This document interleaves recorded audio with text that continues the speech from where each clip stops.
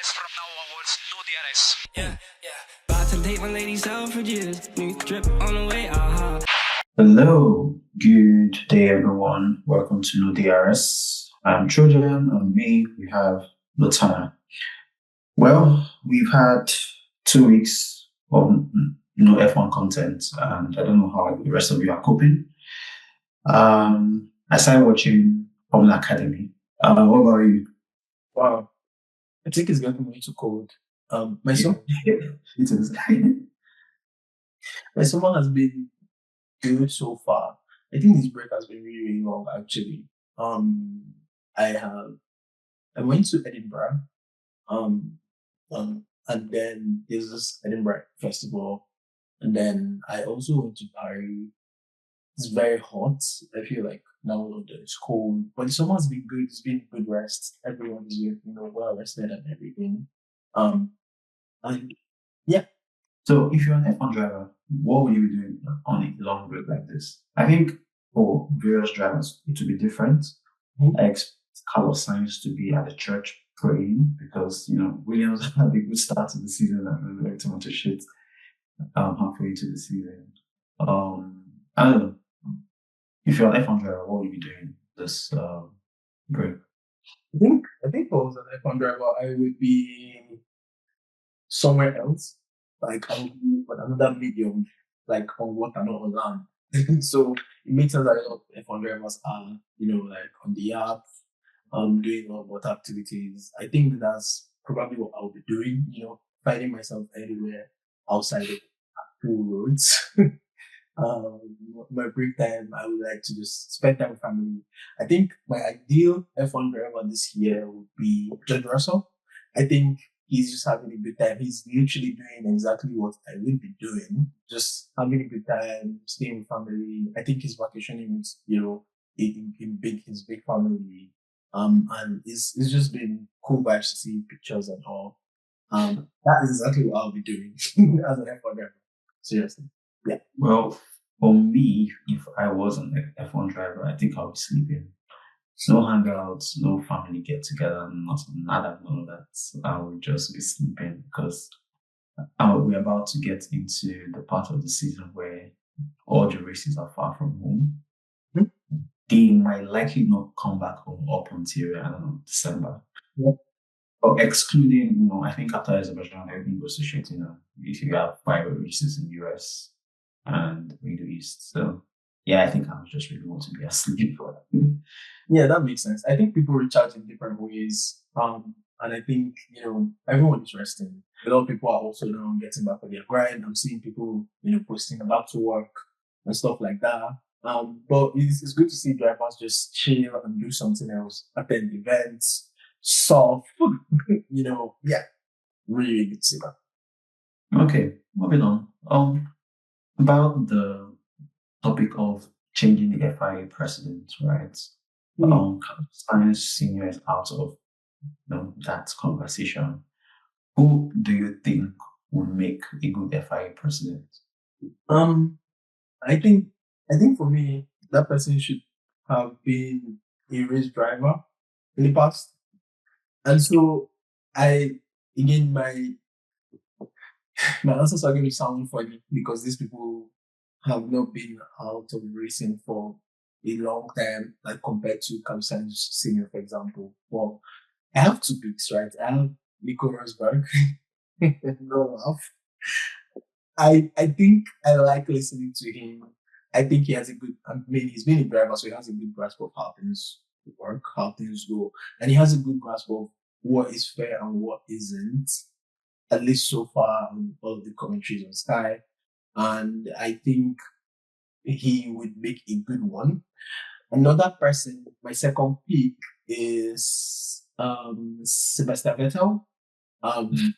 He is another person because of I think there's this community he founded or he kind of manages right now of F1 drivers trying to tend to their health, trying to tend to their welfare. I think he would be in a great position actually to be an FIA president. Now I know there's a lot of politics involved, and a lot of maybe you need some other qualifications that I actually don't know what is in it. But I think that these two guys would be my pick, my votes if they ever contested. Yeah. What about you? Yeah, sure. I just have one pick, and that's Seb. I think he appeals to, at least, I think he's the only one that really cares about the drivers. Yeah, that makes sense. He cares about the drivers in the sports, what they do in the sports, what they do beyond the sports. Like, so I think Seb would be like the best pick. If we were to pick a random person, maybe that's currently active in the paddock, that would be hard, right? Zach seems like the kind of person to have favoritism. Yeah.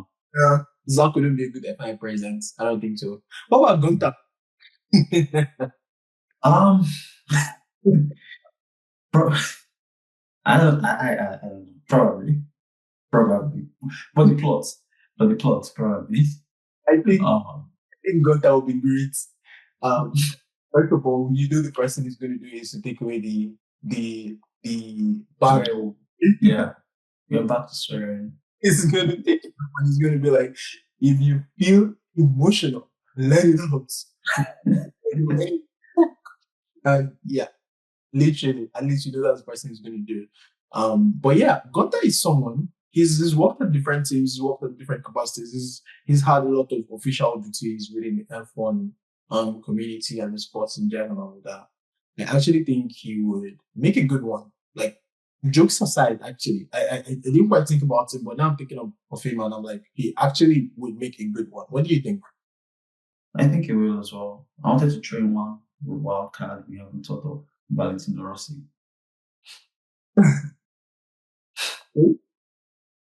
Okay. What do you think about that? It's not tied to F1, but he's a world champion in the bike category. So, Yeah. One-time world champion. I think 7 or 8, can't remember. I think I have, but I have anything against people who have not been part of the sports in any, would I say, significant way. Being in charge of, like, for example, MBS, like there are fans' frustrations with decisions and, like, oversights. And, I think these things come naturally to people who haven't quite been, like, a lot of these drivers who drive, for example, which again, why a lot of my picks are drivers, is they've been through the sports, all the way from when they were young, 3, 4, 5, 6, 7, 8, 9 years of age, and they spent all their lives, dedicated to, the sports, their own craft within the sports, and also just knowing the sports in general. They've watched the thing grow all the way to where it is today. And I feel like that is a very, very important thing to have. It feels like it isn't, but over time, when decisions are made, when drivers are considered, when a lot of things happen, you kind of see how important it is to have so much context, not just have context, but live context also, right? And yeah, even though it's a good white cap pick, I wouldn't lie, but I have bias against, like, people from the outside world, I would say. Yeah. So this is very controversial segment, the FIA car regulations of 2026. So as we all know, next year, we've said it a lot on the podcast, a lot of things are going to change. The tides are going to turn, and a lot of things are coming in, especially with regards to what the car should look like in 2026, that would almost put the entire sport into a new reset, a new era. And we are going to be breaking down in a few minutes what these regulations are. So the first one is the engines, right? So the car engines in 2026 forward are going to be smaller, smarter, and greener. So one thing I need you to know as you're listening to this is that the whole push for sustainability is very, very seriously also going to affect the sports we all live and love.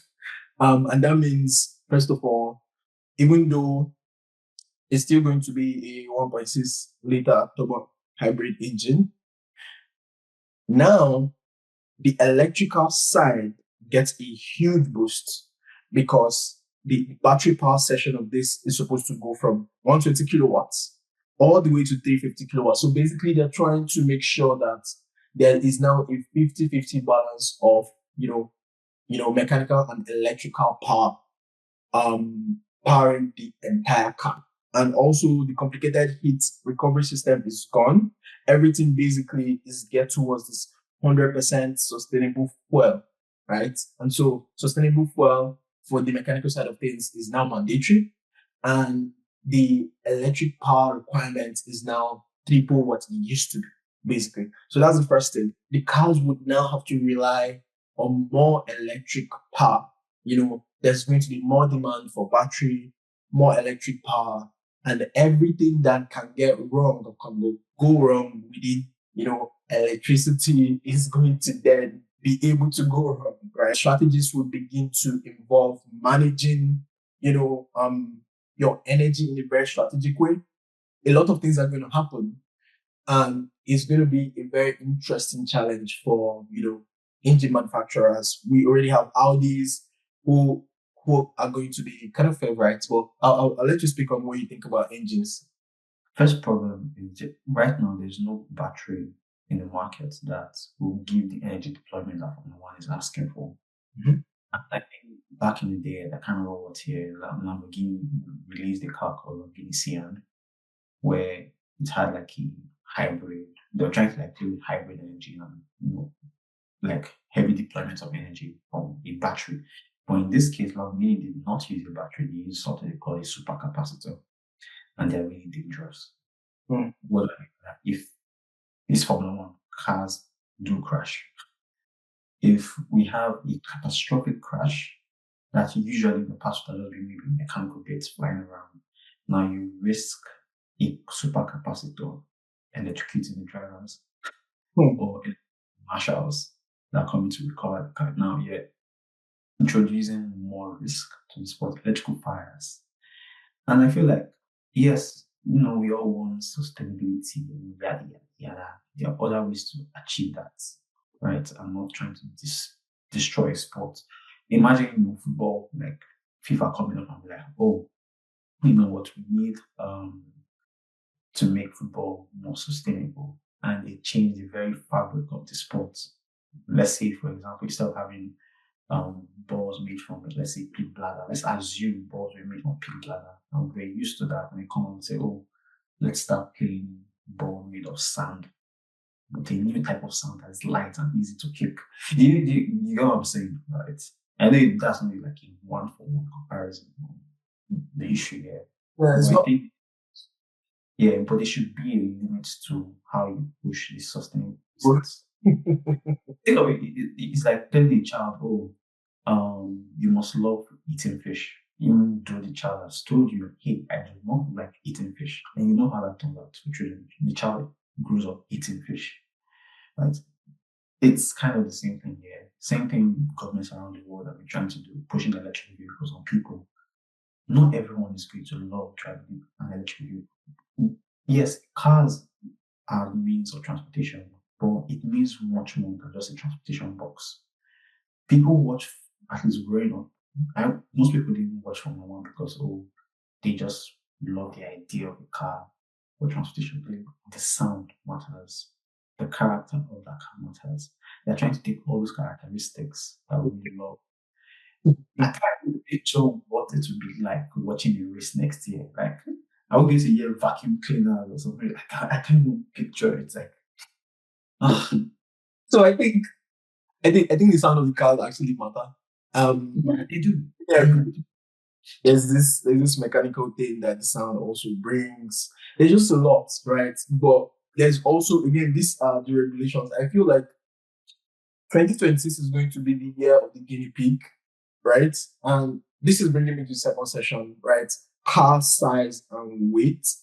So basically, the next very important thing to note is that the cars will be narrower by 10 cm, shorter by 20 cm, and lighter in weight by about 30 kg off. Right? This is the very first time in the history of Formula One where the car manufacturers, the teams will be mandated to make their cars way less than is weighed in the year before. In fact, there's an upward trend with weight on how, and you can see it on the screen here, how the weight of the cars have been increasing over time to match every other specification and every other requirement. But this is the first time the FIA is actually reversing that trend to mandate that the cars weigh less. Now, what this means for racing and the reason behind this is they want to bring in more competition on track. They want cars to be smaller, so there's more room on track for more cars to compete. They want an avenue for overtaking, basically wanting to give back some fun for the offsets in the engine, I believe, is kind of what this section of the rule is about. Trying to make sure that, more cars can compete with each other. There's more side-by-side racing that doesn't necessarily lead to people veering off track.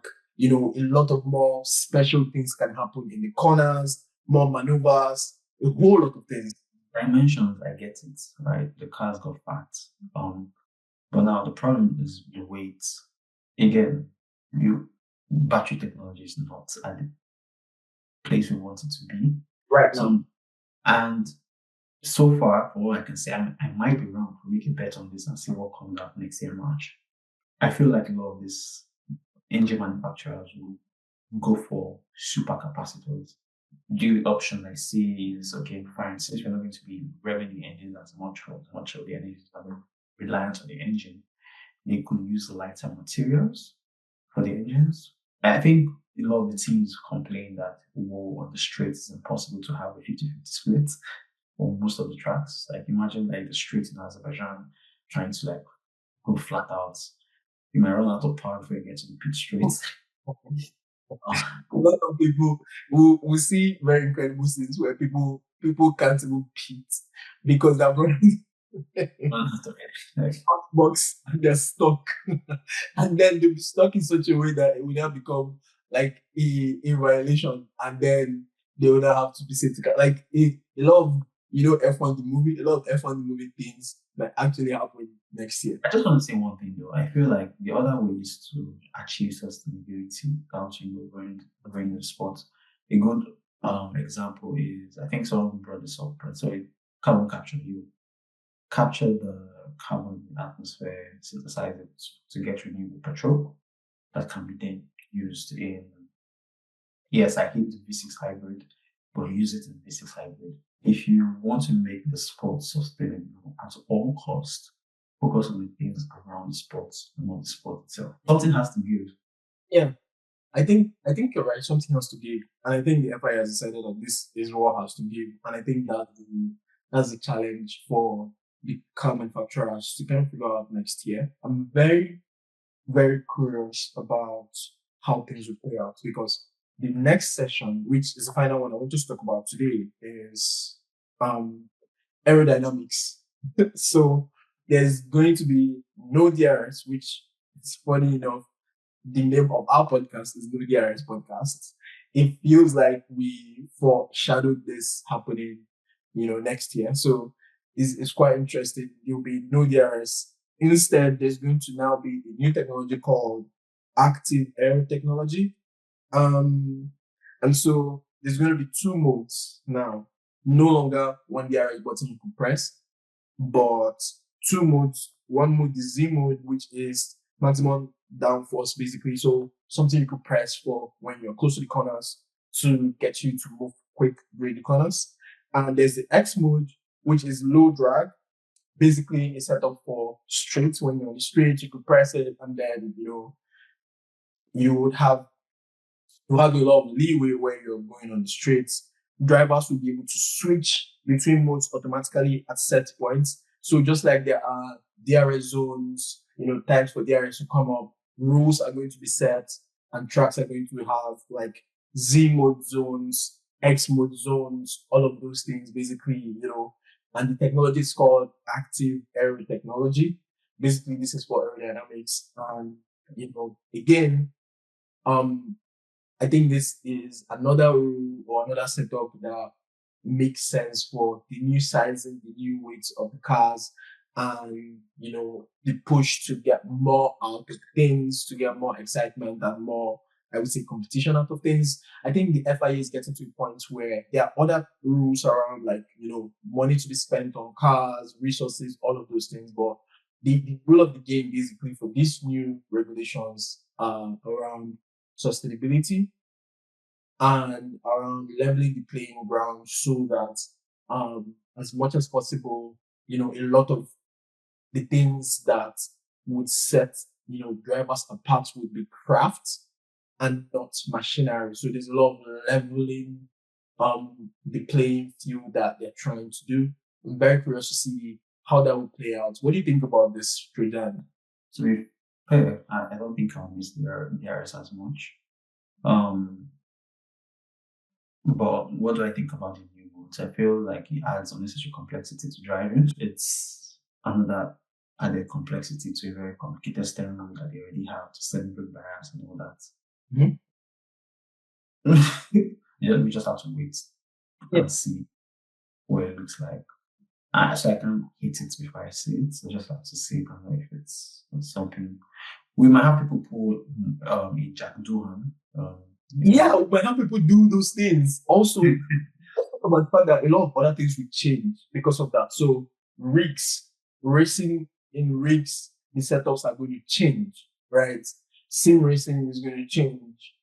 Strategy teams, even employees. So now there's going to be a whole lot of electricians being hired because of this push. There's going to be a lot more people being hired on the strategy front. There's going to be a lot of like data analysis, forecasting. There's going to be the push to, because again, 2026 is going to be an experimentation year. I think, of course, just like any other thing, in any other year where there are new rules, the first year of trying something out is the year we actually see if it would work out or not, right? So there's going to be heavy investments into something very experimental, which is going to be quite crazy. It's going to take a lot of resources. It's going to take a lot of manpower. It's going to take a lot of change to how things are done. And then we are going to also get to the pushback, phase of things. So my guess is the first half of the season before the summer break is going to be testing out of things, right? Leveling of the field, right? And then the second half is going to be, where people will start finding corners, people will start finding what works, what people are doing differently, what the people who are seemingly doing well are doing over the others. And then there's going to be a lot of pushback on this doesn't make sense, this makes sense. And I envisage in 2027 there will be some adjustments on these regulations. I'll say something that if I was a billionaire with like the kind of funds that I need, I would create a new division for Formula One. Maybe not under the FIA, maybe like my own personal league, where there'll be set rules, there'll be like baseline rules. A new what? A new racing division. Okay. Right? It could, let's say, Formula One X. Mm-hmm. Base rules on like maybe the tires, things for safety, obviously, because we don't want our driver dying. But the only rule is bring the most modified car you can bring to the track. We can limit the power to, let's say, 1,000 horsepower. Or anything you want to do with the suspension, anything you want to do with the brakes, do it. But bring, like, I won't say what people will do without restrictions. Oh, without constraints. That's exactly without constraints. Like if a team is like, okay, you know what, we've cracked this 50-50 power distribution. We are bringing it on track and racing this year on that team, like, you know what, screw it. We are bringing active aero to the team where like one side of the aero shoots out air to balance it. I want to see what cracking engineers will do. Crack racing. Yeah, like I said, there'll be a limit. Maybe engine power will be 1,000 horsepower, weight limits, safety precautions, the cells, the carbon fiber cell, just for safety. But anything else you want to do with the car, do it. Wow. That would be good. I think that would be a good idea. I think that will also be very risky. I wonder. I mean, the thing about sports is for something to be a sport, for something to be a competitive sport, everyone has to the rules are generally in such a way that everyone abide to the same set of rules. So I like the no constraint thing. I guess it's still open ended, but there has to be some guardrails. So I like the whole limit. So I like the idea of rules from a limit point of view. I think that could help. So you could do this in the engine. This is the limit. Do whatever. This is the limit. Do whatever here. This is the limit. Do whatever here. This is the limit. I think that might work. Yeah, but anything that does not compromise safety. Yes. For example, if you take the FIA rule book, there are things that are introduced to the car and the tracks for safety. For example, the string that holds the wheel so you don't fly to hit someone else. Halo, important. Keep those elements for safety. But everything else that's not safe, you can't use this to cool the brakes, or you can't use exotic materials for X, Y, Z. Come on, bro, scrap that. If you basically fuck sustainability, let's focus on safety first. Anything that is allowed. Yeah, let's cook. Obviously, maybe not exotic fuels. We don't want people bringing uranium to the track. Fuck, we're going to risk with nuclear energy.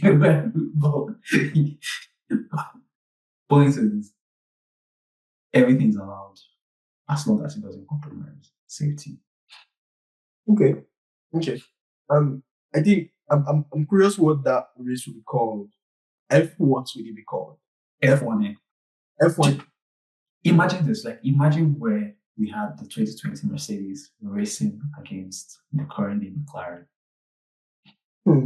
Different generation of cars, different spec. Let's see what these two cars will do. Or RB19, sorry. 19. Oh, okay. Let's have a showdown. I like the idea. I like the idea of different generation of cars racing. Actually, even without changing any rules, cars that have passed their regulation for the year they were made, racing today would actually ban. I think that is the race I would want to see. Right, bring any car to the track. As far as if the car is RB19, must have passed all regulations for 20. Yes. Bring it on track. I think W11, I would MCL 39, Williams, the Williams 4, I can't remember the generation, but just bring everyone. Let's cook. The last McLaren, sorry, the Ferrari that Schumacher drove in, and as the last one, just bring everyone. Let's cook. Let's see what we can do. Or the Ferrari that people said Ferrari cheated in I think the 2022 when they had that fuel sensor hack where they were pulsing the petrol, but they feeding the engine more petrol than needed, so it was really quick on the straights. That was really smart. It was not in the rule book, right? But they just found a way to trick the sensor. Bring that. Bring that. I think some of that is going to happen next year, though. If you think about it, I think some of that is definitely going to happen next year. I think some of that is going to happen next year. But I think we've spoken so much about regulations. I'm going to talk about something new, which is your boy Oscar Piastri getting his stand in Melbourne.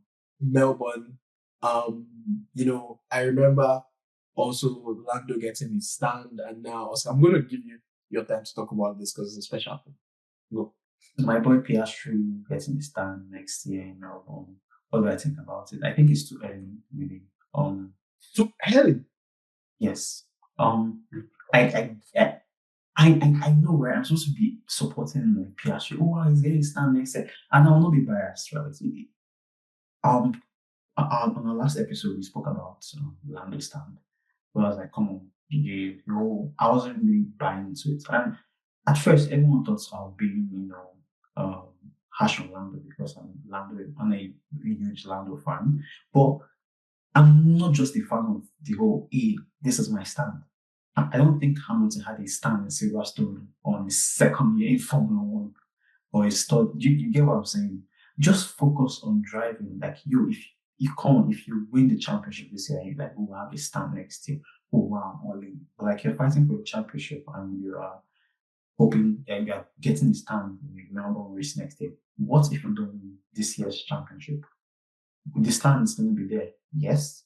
Now, Yeah, like again, you need to understand that there are 20 drivers on the grid and only one person wins the championship. So does it mean, things like engaging with fans in that deeply interconnected way shouldn't be encouraged? Like, should this be? other ways, like I don't know, something about having a stand just rubs me off. Right?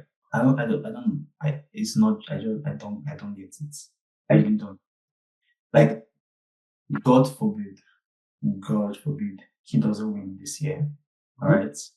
There is zero guarantee that the McLaren car will be like up to par next year because everyone is trying to cook something. Yes. What if he never wins the championship again? What does that Yes, is my question. I know it doesn't have to do with the stand, but like, bruh, come on. I don't know. I'm not just a fan of stand. I felt it was too early. Like, bro, I need you to lock in H the second half of this season and just drive, bro. Don't take off a stand. Don't think about engaging with fans. Don't even engage with me. If I comment on your post, ignore me, bro. Lock in and drive. I don't care. Just I think for you, everything is a distraction. I think for you, exactly everything's a distraction. I've got to lock in so bad. Let me tell you, right? I don't think I think I think these things help ground drivers to their homes, right? You know, he's an Aussie and he's literally in the last how many years, literally the only Aussie that's been doing consistently well. I feel like this time is well deserved. And I hope he wins his home race because, that would mean, two McLaren drivers getting in start there winning, that'd be amazing, honestly. I think it would be unfortunate. The only thing I agree with you is it would be very unfortunate that he gets his stand and he doesn't win that race or he doesn't even get on pole. That would be quite unfortunate, and I hope that doesn't happen. But aside that, there's no relationship between having a stand of your fan. We're talking about Oscar that doesn't even have fans, bro. Like, do you understand? Like, if there's a championship, you need people to celebrate championship. You need people, you need fans, and I feel like this is a good push by the team, by the Australian people. Like, this is a good push to solidify Oscar as an actual driver that's here to stay, as a championship contender, has been for the rest of this season. And he should be honored in some way. He should get in contact with his fans. He literally has almost a private life. And I feel like one of the things the champion needs is that public persona. And that is what these things start to build for you, right? So I think this is needed. I think what this does, though, is puts pressure on him. I agree with you. However, I think best people thrive with pressure on their backs. So, like, let's fucking go. Let's see him win this. I really do. Just as Lando won here in England, I really do need him to win in Melbourne. I really need him to win. I'll be so pissed if he doesn't. Australia is the first race of the season, right? Mm-hmm. And have new technology tested on a racetrack that it happens to be his home racetrack. What if McLaren is shit next year? P20, P19. Is it what if? Is it what if? And what if Sauber, aka Audi, is like, oh wow, we cooked. Sauber is going to cook so bad. It's going to be insane. The drivers are driving for Sauber. They have no idea the kind of blessing coming there. They're going to cook. In fact, for every analysis of the rules I read, for next year, everyone keeps saying favorites Audi. Like, do you know I won't be surprised because Audi is going to bring in technology from Porsche, and Volkswagen owns Porsche and Audi, and it's very easy to say, hey, Porsche, what you guys worked on the new 911, you need that. Oh, Lamborghini, that supercapacitor you guys built 7 years ago. Let's see. Oh, how can we improve? And I think they are perfectly positioned to like cook. They are. They are really the fan favorites. And I wonder what that would mean for next year, man. Like, who are the drivers? They are going to become champions. Like, it's going to be a crazy year next year. But yeah, and the next thing is like Aston Martin. Have you noticed the impeccable form that Aston Martin seems to have picked up literally few races leading up to this break? Yeah, I've been saying it. I keep telling people I don't think Stroll is a terrible driver. Yeah, you It's always controversial. It is controversial, I know, but I don't think he's a terrible driver. He did really well when Force India had the crew Mercedes, if you remember. Mhm. He did really well.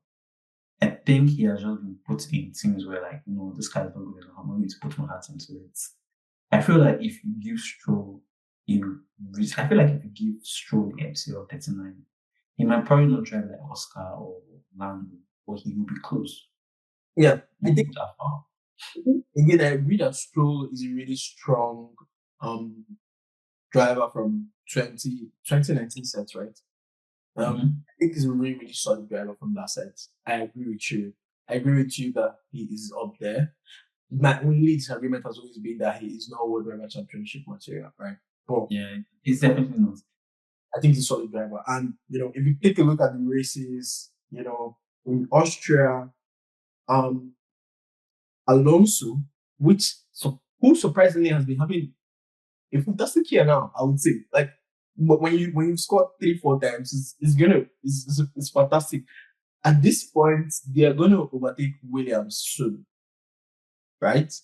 If they keep going where they're going, or maybe it's just 3 lucky breaks. We don't know. After the summer, we're going to know. Like after the summer break, but like in Austria, he's come out 7th. In UK, he's come out 7th, and in Hungary, he come out 5th. Like crazy things are happening now.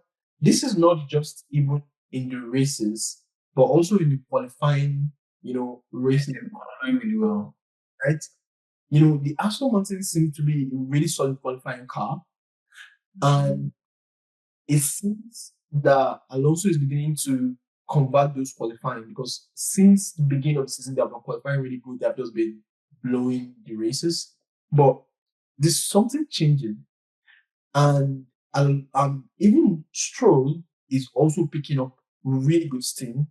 So in Austria, Stroll was of course 14th, but in the UK he was 9th, and in Hungary he was 7th. Like he's really following Alonso in the way Aston Martin envisaged this to be happening, right? And I'm like, what do they have for us after the summer?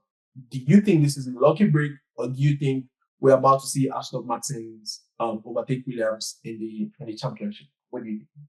It's possible, but I don't think Williams are going to be stupid enough, or I don't think James Brown is going to like do nothing. So it's still anyone's game. I think was it Oscar that said it's easier to be the hunter than to be the hunted, right? So right now, fine, McLaren has what would I call it now? The Jazz Constructor Championship in the back. One is coming for that. It's okay. For the Drivers' Championship, I still believe Piastri and Lando can still lose it. Red Bull could be cooking something. Max, again, you can't write off Max just yet. Wait. Can you say that you believe that the Drivers' Champion could be lost? It's very possible. You don't think it's possible? Why do you think so? I think that we've seen the car for half of the season. Like there's no magic that could change things. Like, and considering the gap, this is the current gap has Lando DNFing once. I know that. Like, I see. I like how you mentioned DNF. All it takes is let me tell you how teams can mess up a championship. let's assume Red Bull finally figures out whatever McLaren could. Oh wow, this is how they kept their brakes at optimal temperature. And let's say the first two races, that's Zandvoort, Monza, Red Bull is cooking, maybe P1, and you have McLaren, and you have McLaren trying to scramble, we need to squeeze out a bit more performance. And last races, your cars are DNF, the brakes are catching fire. Anything could happen. This theory runs on the fact assumption that these rockets would be DNFing. I don't think I think It's possible. any DNF between now and the end of the season is going to be one more DNF from a papaya car, and that's about it. We have one more DNF to go. We already did one. Like, it's not possible to have more than one DNF happen.